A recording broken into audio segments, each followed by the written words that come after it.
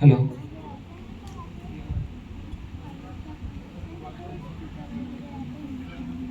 सर्वप्रथम सर्व महापुरुषांना अभिवादन करतो. उपस्थित सर्वांना सप्रेम जय भीम.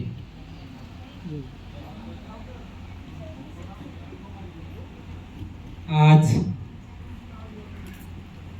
चालता फिरता आंबेडकर मेळा जो बाबासाहेब आंबेडकर यांच्या 135व्या जयंतीनिमित्त संपूर्ण महाराष्ट्रामध्ये 2 महिने जनजागृती अभियान राबवण्यात आलं. त्याचा समारोपीय कार्यक्रम 8व्या बहुजन परिषदेच्या रूपाने येथे संपन्न होत आहे. शेवटचा कार्यक्रम, शेवटचा वक्ता अध्यक्ष म्हणून 2 महिने सोपं काम नव्हतं.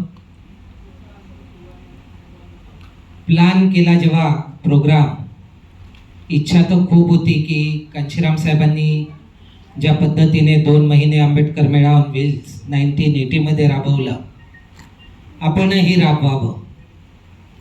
पण जसे जसे कार्यक्रमाची तारीख जवळ येत होती, मनातली भीती वाढत होती, होईल की नाही होईल. 2 महिने महाराष्ट्रभर, कधी 10 दिवस घरापासून दूर, कधी 12 दिवस दूर, एवढ्या लांबचा प्रवास, उन्हातानाचे दिवस, पैसा उभा होईल की नाही होईल, जेवढा लागतोय तेवढा. कारण इथे बसलेले मोस्टली कार्यकर्ते आहेत आणि सगळेच समाजात जातात आणि सगळ्यांना तो अनुभव आहे की समाज ज्ञान तर खूप बगारतो, पण करायची वेळ येते त्यावेळी मागे सरतो. 8-10 लाखाचा जवळपास बजेट हा डोळ्यापुढे ठेवून की एवढं सगळं होईल का, त्यावर पुनर्विचार करणे आणि शेवटी तो यशस्वी करून आज त्याचा समारोप होतो आहे.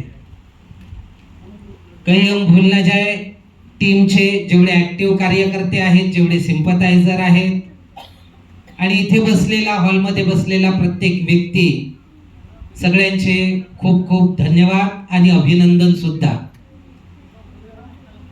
या कालावधीमध्ये तुम्ही सगळ्या संघटनांकडे, सगळ्या बहुजन चळवळीकडे बघून घ्या. या पद्धतीचं जमिनीवर राबायला कोणीच तयार नाही आणि आपण ते करून दाखवलं. त्यामुळे सगळ्यांचं अभिनंदन. निश्चितच ही चळवळ बाबासाहेबांनंतर एका वेगळ्या उंचीवर नेऊन ठेवण्याचं कार्य फक्त एका माणसाला ते क्रेडिट जाता. सिर्फ एक आदमी का नाम हम लोग ले सकते हैं कि बाबा साहब आंबेडकर की मूवमेंट को बाबा साहब की अपेक्षाओं के बताए हुए रास्ते के हिसाब से उनकी अपेक्षाओं पर खरा उतरकर सिर्फ एक आदमी उस दिशा में आगे बढ़ा है और इस मूवमेंट को आगे बढ़ाया है, और वो नाम है मान्यवर कांशीराम साहब. और वो रिसेंट एग्जाम्पल है. तो यदि कोई मूवमेंट चलाना चाहता है तो मूवमेंट अपने हिसाब से नहीं चलानी है. इस मूवमेंट का नाम आंबेडकरवादी आंदोलन है. आंबेडकरवादी चळवळ म्हणतो आपण मराठीत. तर ही चळवळ बाबासाहेब आंबेडकरांची आहे. यह मूवमेंट बाबा साहब आंबेडकर की मूवमेंट है और यदि कोई इस मूवमेंट को चलाना चाहता है तो वो अपने तरीके से ना चलाए, इस मूवमेंट को बाबा साहब अंबेडकर के तरीकों से ही चलाना चाहिए। उन्होंने बताए हुए रास्ते पर ही चलना चाहिए और उसी दिशा में आगे बढ़ना चाहिए जिस दिशा में बाबा साहब अंबेडकर की अपेक्षा थी। हाल ही में हम लोग देखते हैं कि कन्व्हिनियंट आंबेडकरिझम, सोयीचा आंबेडकरवाद ही संकल्पना समाजात खूप पाहायला मिळते। बाबासाहेब आंबेडकरांनी अनेक गोष्टी सांगितल्या, त्यातल्या 2-4 गोष्टी उचलायच्या, त्या तो संदर्भ द्यायचा और मूवमेंट तो मैं भी चला रहा हूं। भाई मूवमेंट यदि इतने बड़े पैमाने पर चल रही है, 10-20 हजार संगठन यदि काम कर रहे हैं, तो मूवमेंट पीछे को क्यों जा रही है? ये भी सोचने वाली बात है। अब यहां तक के बात आ गई है कि लोगों को यह भी समझ में नहीं आता कि मूवमेंट आगे जा रही है या पीछे जा रही है, क्योंकि मूवमेंट को जांचने के जो पैमाने हमने सेट किए हैं वो गलत है। वो गलत होने की वजह से हम लोग इस मूवमेंट को, इसका आकलन, इसकी स्थिति, इसको सही तरीके से जांच नहीं पा रहे हैं। और यही बात लीडर्स के बारे में भी हो रही है। कोई भी कोई मूवमेंट चलाता है, फिर समाज भी कहता है, आपने भी सुना होगा, मैंने तो कई बार सुना है कि लोग कहते हैं कि पायलीचे 50 संघटन झाले, पायलीचे 50 नेते झाले। कांशीराम साहब ने कहा था, people get the leadership what they deserve. लोगों को अक्सर ऐसे नेता मिल जाते हैं जैसे लोग खुद होते हैं। और इस बात को स्पष्ट करते हुए कांशीराम साहब ने कहा था कि जो एक चोर होता है, पॉकेटमार होता है, तो बड़े चोर को अपना नेता मानता है, उस्ताद मानता है। और एक क्या आदमी है, इतनी सफाई से पूरा घर साफ कर दिया और पता भी नहीं चलने दिया, उस्ताद आदमी है।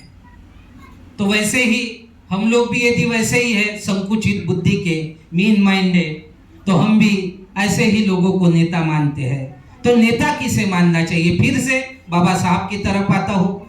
24 सितंबर 1944 को बाबा साहब आंबेडकर ने इसकी व्याख्या की है। पुढारी कसे असावेत, स्पष्ट धोरण आखणारे आणि त्या धोरणाचं उद्दिष्ट गाठण्यासाठी प्राणपणाने झटणारे पुढारी असावेत। काय म्हणतात बाबासाहेब आंबेडकर? स्पष्ट धोरण आखणारे आणि त्या धोरणाचं उद्दिष्ट गाठण्यासाठी प्राणपणाने झटणारे पुढारी असावेत।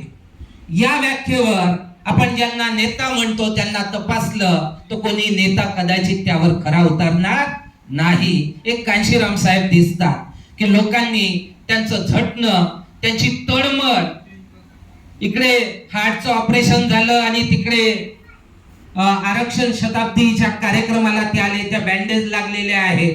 कार्यक्रम संपल्यावर कार्यकर्त्याला आतमध्ये बोलवतात, अरे ये जरा साफ कर देना। तो पाहतो की इथे बँडेज लागलेले आहेत, घाम आणि रक्त ते एकत्र झालेलं आहे।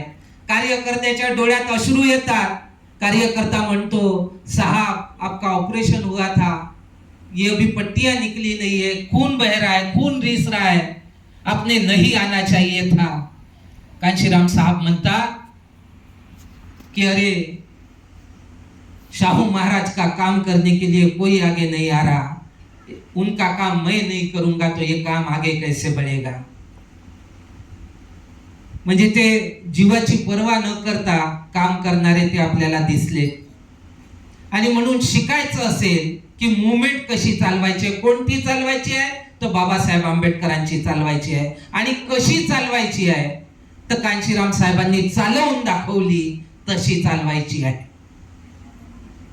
कांशीराम साहेब म्हणायचे कि महाराष्ट्र से मैं 2 चीजें सीखा, बाबा साहब आंबेडकर से सीखा कि मूवमेंट कैसे चलानी, और महाराष्ट्र के जो खुद को आंबेडकरवादी कहते हैं उनसे सीखा कि मूवमेंट कैसे नहीं चलानी चाहिए।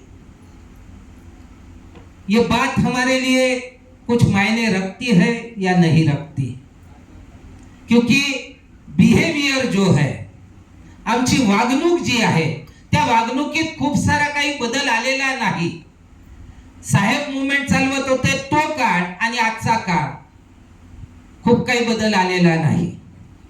आणि ज्यावेळी मुवमेंटला लीड करणारे सही पर्सन असतात त्यावेळी काम आपण करावं, पण खूप डोकं लावायची खूप नाही केलं तरी चालतं, कारण त्या पर्सनच्या भरोशावरती मुवमेंट पुढे जात असते. पण ज्यावेळी ती पर्सन नसते त्यावेळी निश्चितपणे जे कन्सर्न करतात त्या मुवमेंटला, त्या मुवमेंट बद्दल ज्यांच्या मनात आत्मीयता आहे त्यांची जबाबदारी वाढलेली असते. आणि या चळवळीचा भार आता कोण उचलेल? बहीणजी आहेत, बहीणजी तिकडे आपल्या लेवलवर काम करतात. इकडे महाराष्ट्रामध्ये आपल्याला दिसते किंवा देशभरात इतरत्रही आपल्याला दिसते की त्या पद्धतीने काम होत नाही आहे. आणि म्हणून मुवमेंट दिवसेंदिवस मागे चालली आहे. प्रतिक्रांतीवादी ताकता ह्या पुढे पुढे पुढे पुढे चाललेल्या आहेत. ती प्रतिक्रांती बोकाडत आहे. आणि म्हणून अशा वेळी जो कुठला आपला स्वतःला बुद्धिजीवी वर्ग म्हणतो त्या बुद्धिजीवी वर्गाची मोठी एक जबाबदारी असते. आता काय जबाबदारी असते? बाबासाहेब आंबेडकरांनी जे जातीचे निर्मूलन म्हणजे ॲनिहिलेशन ऑफ कास्ट हा जो ग्रंथ लिहिला त्याच्यामध्ये त्यांनी त्या बुद्धिजीवी वर्गाची, इंटेलेक्च्युअल क्लासची एक व्याख्या केली. बाबासाहेब तिथे म्हणतात प्रत्येक देशातील बुद्धिजीवी वर्ग हा जरी सत्ताधारी वर्ग नसला तरी अत्यंत प्रभावशाली वर्ग असतो. बुद्धिजीवी वर्ग हा असा वर्ग असतो जो पुढेच पाहू शकतो, तो सल्ला देऊ शकतो आणि नेतृत्व करू शकतो. कोणत्याही देशातील बहुसंख्यक जनता ही बौद्धिक विचारवंतांचे आणि कृतिशीलतेचे जीवन जगत नसते. ती फार मोठ्या प्रमाणात अनुकरणशील असते व बुद्धिजीवी वर्गाचे अनुकरण करते. देशाचे समग्र भवितव्य हे बुद्धिजीवी वर्गावर अवलंबून असते. या कथनात मुळीच अतिशयोक्ती नाही. जर बुद्धिजीवी वर्ग हा प्रामाणिक, स्वतंत्र आणि निस्वार्थ असेल तर संकट उद्भवले असता तो पुढाकार घेईल आणि योग्य नेतृत्व देईल असा विश्वास ठेवला जाऊ शकतो. आपल्याकडे डिग्री घेतलेले लोक स्वतःला बुद्धिजीवी म्हणतात, मोठे अधिकारी असतील ते स्वतःला बुद्धिजीवी म्हणतात, मोठा धनाढ्य व्यक्ती असेल तो स्वतःला बुद्धिजीवी म्हणतो. पण या व्याख्येच्या अनुषंगाने तो कार्य करतोय का? मुवमेंट कोणत्या लेवलवर चालली पाहिजे याचाही विचार करायला पाहिजे. अनेक लोक म्हणतात की आपल्या वस्ती लेवलवर आपण काम करू म्हणजे चळवळ चालेल. मग बाबासाहेब आंबेडकरांनी वस्ती लेवलवर चळवळ चालवायला सांगितलं का? कांशीराम साहेबांनी वस्ती लेवलवर किंवा जिल्हा लेवलवर चळवळ चालवली का?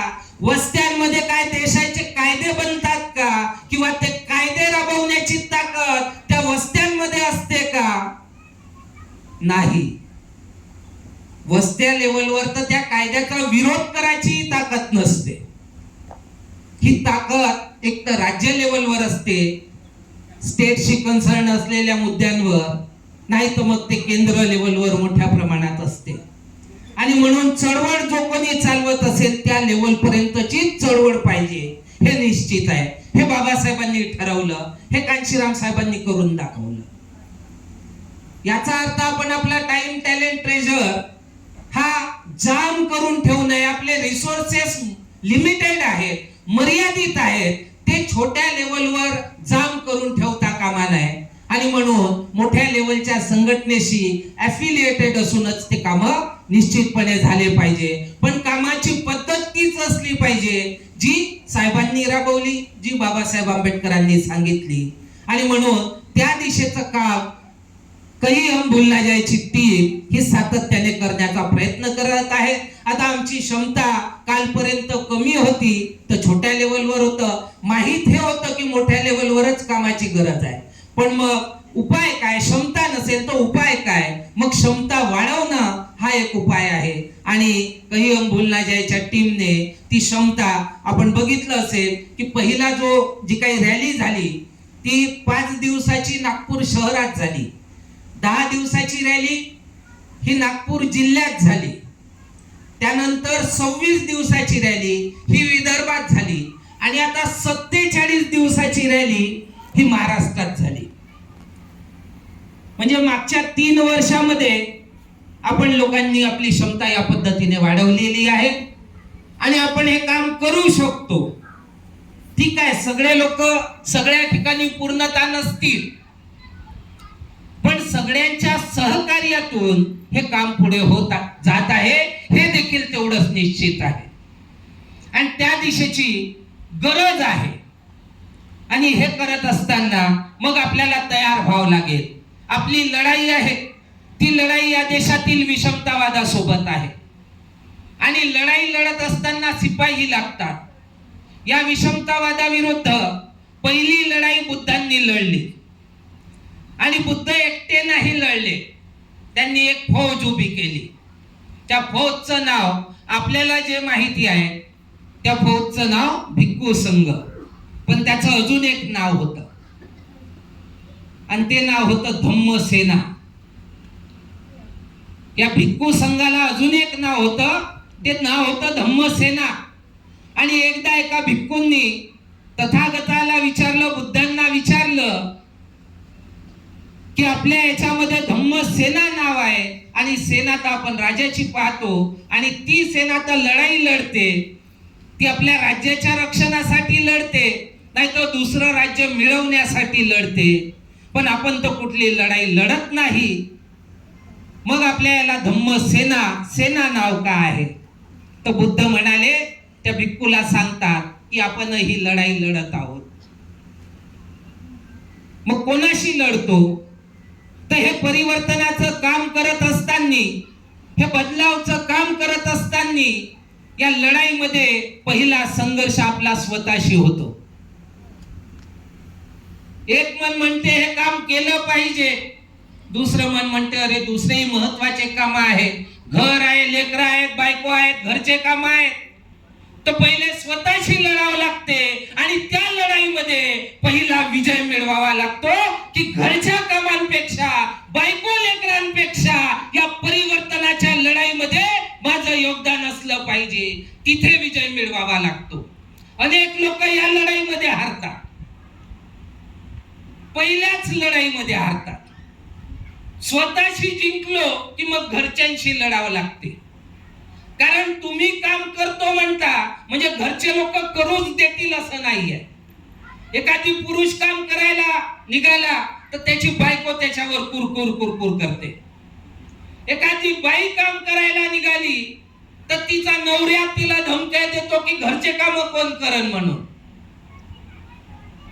म्हणजे तुमच्या मनाची तयारी जरी झाली, स्वतःशी जिंकलो तर घरातल्यांशी लढावं लागते. हे दुसऱ्या स्टेजची लढाई बुद्ध सांगतात.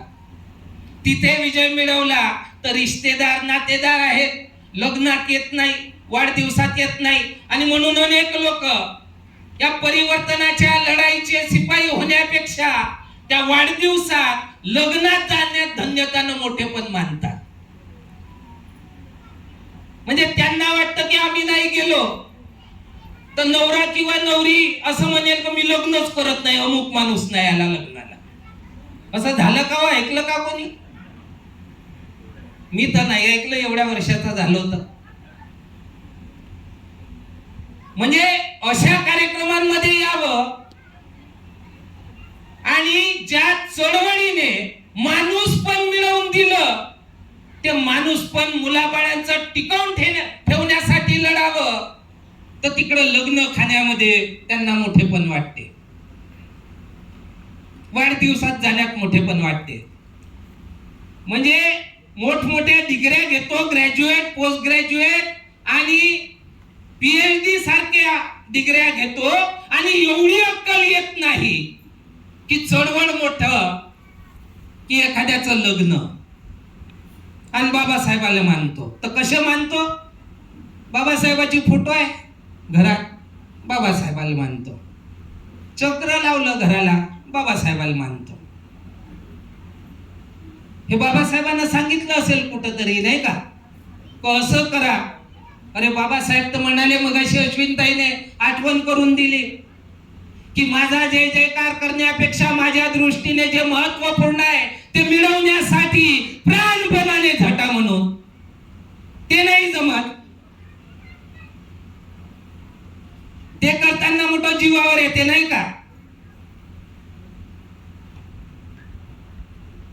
आणि आंबेडकरांचे लेकरं आहोत किंवा लेकी आहोत.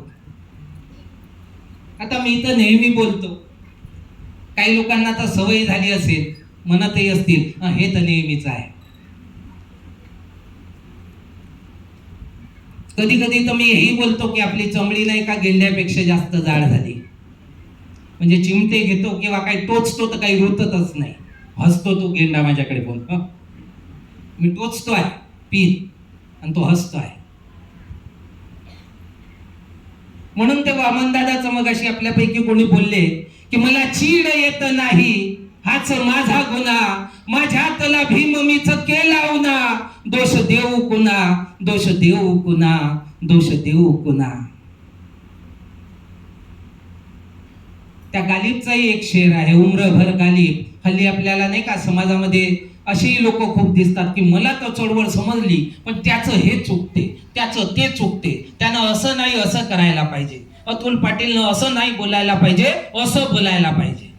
तर त्या गालिबचा शेर तो एक कामात येतो, उम्रभर गालिब बस यही भूल करता रहा, धूल चेहरे पे थी और आईना साफ करता रहा. हे असंही होता कामा नये. आणि म्हणून कांशीराम साहेबापासून बोध घेताना ते म्हणतात की भाई मूवमेंट का काम करना जरूरी है और ये काम होना चाहिए. कौन करेगा?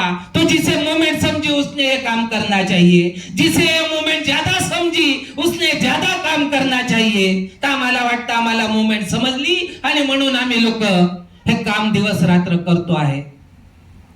या कामामध्ये आपलं योगदान द्यावं लागेल. या कामाला वाढवण्यासाठी, या कामाला यश मिळवण्यासाठी आपले इनपुट्स वाढवावे लागतील.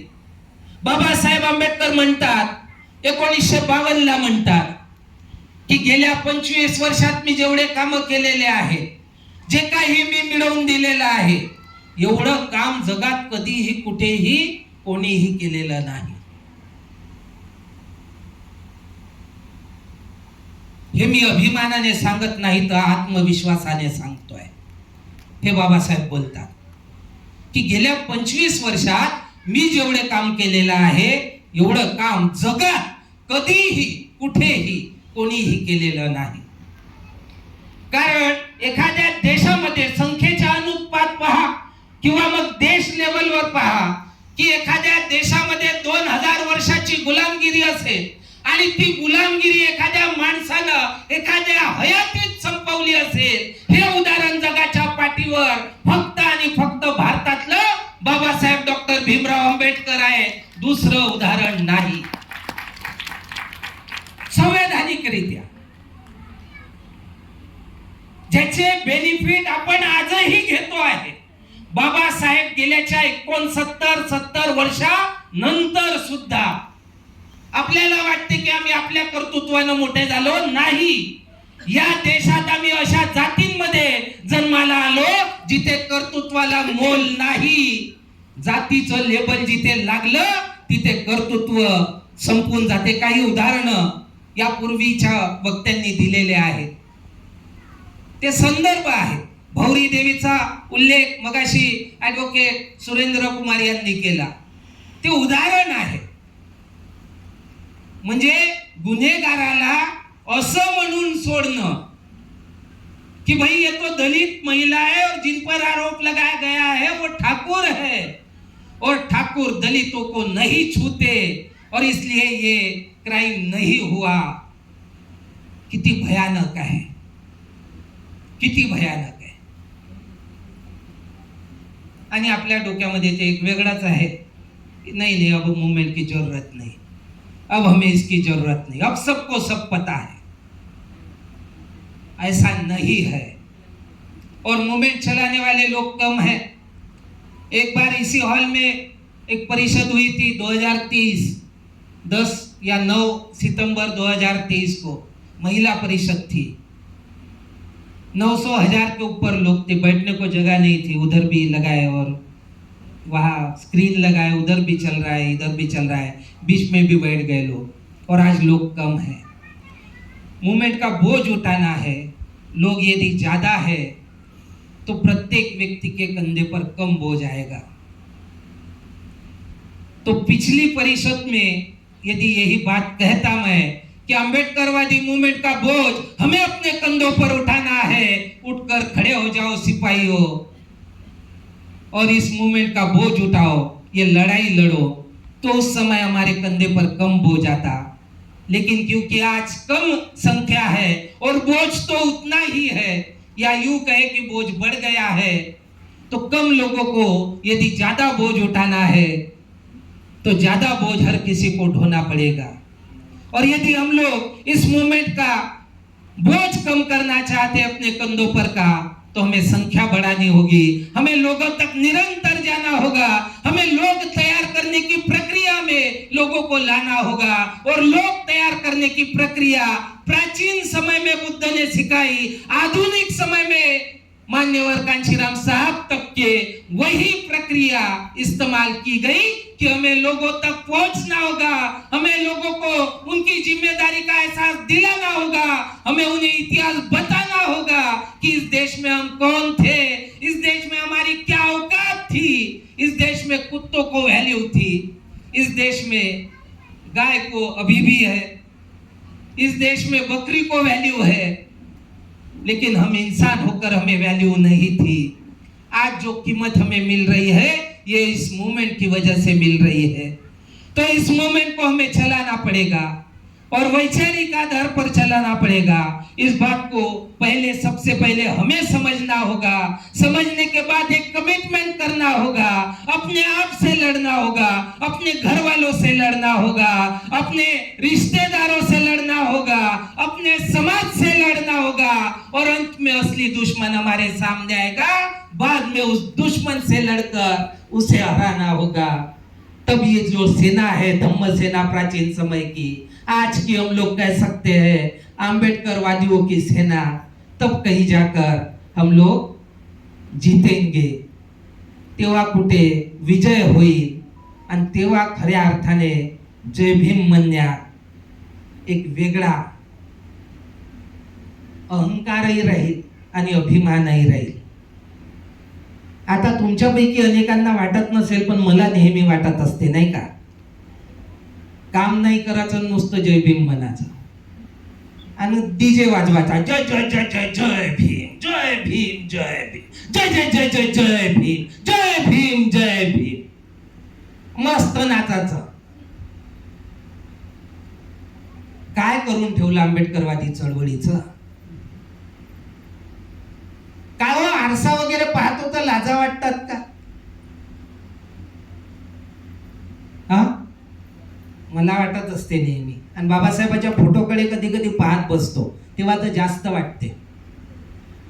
तो अंतिम संदेश डोळ्यापुढे येतो की बाबासाहेब आंबेडकर रडत आहेत। बाबासाहेब आंबेडकरांना अपेक्षा होती की ही मुवमेंट चालवतील ते लोक, विशेष करून ज्यांना बेनिफिट मिळालं, ज्यांना शिक्षण मिळालं, नोकऱ्या मिळाल्या, ते पुढे येतील, चळवळ चालवतील। पण बायको लेकर पोचण्यापासून फुरसत मिळत नाही आहे। पोराची ट्युशन आहे, पोरीची ट्युशन आहे, परीक्षा आहे, अमुक आहे, ढमुक आहे, वेळ नाही आहे चळवळीसाठी।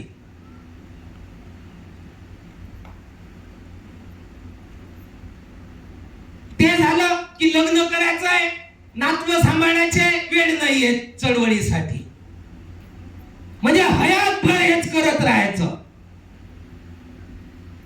आणि दुसऱ्यांना दोष द्यायचा की आंबेडकरवादी चळवळ मरत चाललेली आहे, आंबेडकरवादी चळवळ मागे चाललेली आहे।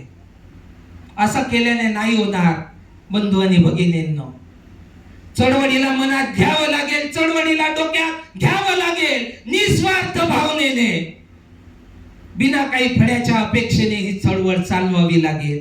बाबासाहेब आंबेडकरांनी 1917ला 23 सप्टेंबर 1917ला तो प्रसंग रत्नपारखी सरांनी सांगितला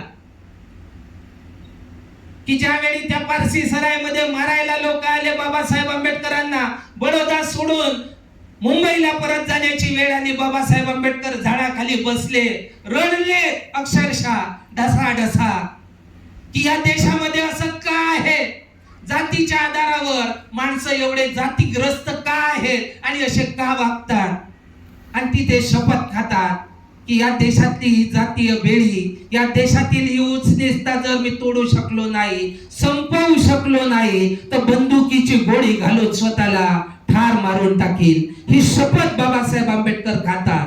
आणि फक्त शपथ खाऊन मग आज शपथ खाल्ली ना उद्या विसरून गेलं असं नाही करत. हे लक्षात घ्या, हे सगळ्यात जास्त महत्वाचं आहे. नाहीतर इथेही अनेकांना असं वाटते, कार्यक्रमात वाटते, मिटिंगात वाटते की काम केलं पाहिजे, घरी गेलं की विसरलं, मग एवढे विसरून जातो का पुढच्या कार्यक्रमाची आठवण राहत नाही किंवा मिटिंगची आठवण राहत नाही. हे असं जगून नाही चालणार. हे दोगलेपणाचं जगणं झालं नाही का. तो चार तोंडाचा आमच्यामध्ये दोन तोंडाचे आहेत का काय असं वाटते. मग चार तोंडाच्यानं हे सगळं निर्माण केलं म्हणतात ना. त्या फुल्यानं त्याची समीक्षा केली होती. दोन तोंडाचा कोणाला म्हणतो, घडीतच एक बोलते ना घडीतच दुसरं वागते, त्याला दोन तोंड म्हणण्याची सवय आहे. त्या धोंडीपाला स्पष्टीकरण देताना आणि म्हणजे हा तर चार तोंडाचा आहे, हा दोन तोंडांपेक्षाही जास्त खतरनाक आहे. हे महात्मा फुलेनं गुलामगिरी या ग्रंथात केलेली समीक्षा, हे माझं काही नाही. तर आपणही तसं विसंगत वागून चालणार नाही. एक म्हणावंसं वाटतं नाही का. म्हणजे आपल्या क्षमता आहे. त्या आमच्या एका कार्यकर्त्यानं एक वेळा एक उदाहरण असंच मीटिंग मध्ये सांगितलं की म्हणे एक माणूस एकदा घोडा घ्यायला गेला घोडेवाल्याकडे. त्याच्याकडे दोन घोडे होते, एक पांढरा आणि एक काळा. त्या घोड्याला विचारलं, बजेट विचारलं घोडेवाल्याला, तर म्हणे 1,00,000 रुपये बजेट आहे. तर ठीक आहे म्हणे. त्याने घोडा दाखवला, हा आहे म्हणे, हा तुझ्या बजेटमध्ये येईल. अजून आहे का, तर अजून एक दोन घोडे इकडचे तिकडचे दाखवले, पण तो पांढरा घोडा नाही दाखवला. आता याच्यामध्ये उत्सुकता वाढली की हा याच्याबद्दल काहीच सांगत नाही. यानं विचारलं उत्सुकतेपोटी की अरे हा घोडा आहे तुमच्याकडे, याबद्दल काही नाही बोलले, हा घोडा कितीला आहे. तर त्याने म्हटलं हा 10,00,000 रुपयाचा आहे. आता हा 1,00,000 रुपयाचा इकडे ॲव्हरेज येतो आणि तो 10,00,000 म्हणतो. तर म्हणे तो विशेष घोडा आहे. तर काय विशेष आहे म्हणे, सांगा याच्यातलं वैशिष्ट्य काय आहे. तर ह्या घोड्यानं मनात आणलं म्हणे, तर बाकीचे घोडे एक दिवसभर चालू शकतात बिना खाल्ल्या पेल्यानं. या घोड्यानं जर मनात आणलं तर हा 5-5 दिवस बिना खाल्ल्या पेल्यानं धावू शकते म्हणे. अच्छा, मग अजून काय वैशिष्ट्य आहे. या घोड्यानं मनात आणलं तर बाकीच्या घोड्याच्या दुप्पट भार उचलू शकतो. अच्छा, अजून काय वैशिष्ट्य आहे. हा घोडा म्हणजे खूपच ताकदवर आहे, बाकीच्या घोड्याच्या तुलनेमध्ये याच्या 2 पट 3 पट तशीच ताकद आहे. बरं म्हणे, एवढे वैशिष्ट्य आहे म्हणून याची किंमत एवढी आहे. तर यानं मनात आणलं तर सांगितलं, तर म्हणे याच्यात एवढे गुण आहेत, याच्यात काही दोषही असतील. तर दोष काय म्हणे, दोष आहे का काही. तो म्हणे आहे ना, एकच दोष आहे, लहानसा आहे म्हणे. काय दोष आहे म्हणे. त्या घोड्यानं मनात आणलं तर हे सगळं करते म्हणे, पण तो घोडा मनातच आणत नाही म्हणे. हा दोष आहे त्याच्यात. आपली क्षमता खूप आहे. या देशामध्ये दुसऱ्या नंबरची क्षमता जर असेल तर आपली आहे. ज्याच्या सोबत लढायचं आहे मनात आणलं तर त्याला उद्या या रणभूमीमध्ये, या वैचारिक रणभूमीमध्ये चित करू शकतो एवढी क्षमता आहे. पण मनात नाही आणत ना. म्हणून एक शेर म्हणायचा आहे की हमने चाहा नहीं वरना हालात बदल सकते हैं. हमने चाहा नहीं वरना हालात बदल सकते हैं. हमारे आंसू इन दुश्मनों के, विषमतावादियों के आंख से निकल सकते हैं. हम तो ठहरे हैं झील के पानी की तरह, दरिया बन जाए तो बहुत दूर निकल सकते हैं, बहुत दूर निकल सकते हैं, बहुत दूर निकल सकते हैं. क्षमता आहे, पण तेच आहे मनात आणलं तर. मनातच आणत नाही. आणि एखाद्याच्या मनात आलं तर त्या व्यक्तीची बायको किंवा महिला असेल मॅरिड, तर तिचा नवरा ते मनातलं घालवून टाकते, कामच करू देत नाही. आपलं नाही बोलत आहोत. तुम्ही लोक एवढं सकाळपासून एवढ्या उन्हातानात आलात, हे बाकीच्यांना सांगा जे नाही का बहाणे बनवून नाही आले, हे त्यांच्यासाठी आहे. आणि तुम्ही मॅसेंजर आहात. नीलाताई 2 ट्रॅव्हल्स घेऊन आल्या. नीलाताई आहेत आपल्या अमरावतीच्या, चांगल्या खूप जुन्या कार्यकर्त्या. त्यांना म्हटलं होतं एक ट्रॅव्हल जमेल तर घेऊन या. त्या दोघी जणी आल्या आणि म्हणाल्या सर 2 ट्रॅव्हल्स घेऊन आलो, एक ट्रॅव्हल्स आणि दुसरे ट्रॅव्हल्स. मला माहित आहे तुमची क्षमता आहे तेवढी, एका बसच्या 50 लोकांबरोबर आहे, निश्चितच आहे, म्हणजे तो जोकचा पाठ नाही. आणि इथे बसलेल्यांपैकी अनेकांची ती क्षमता आहे.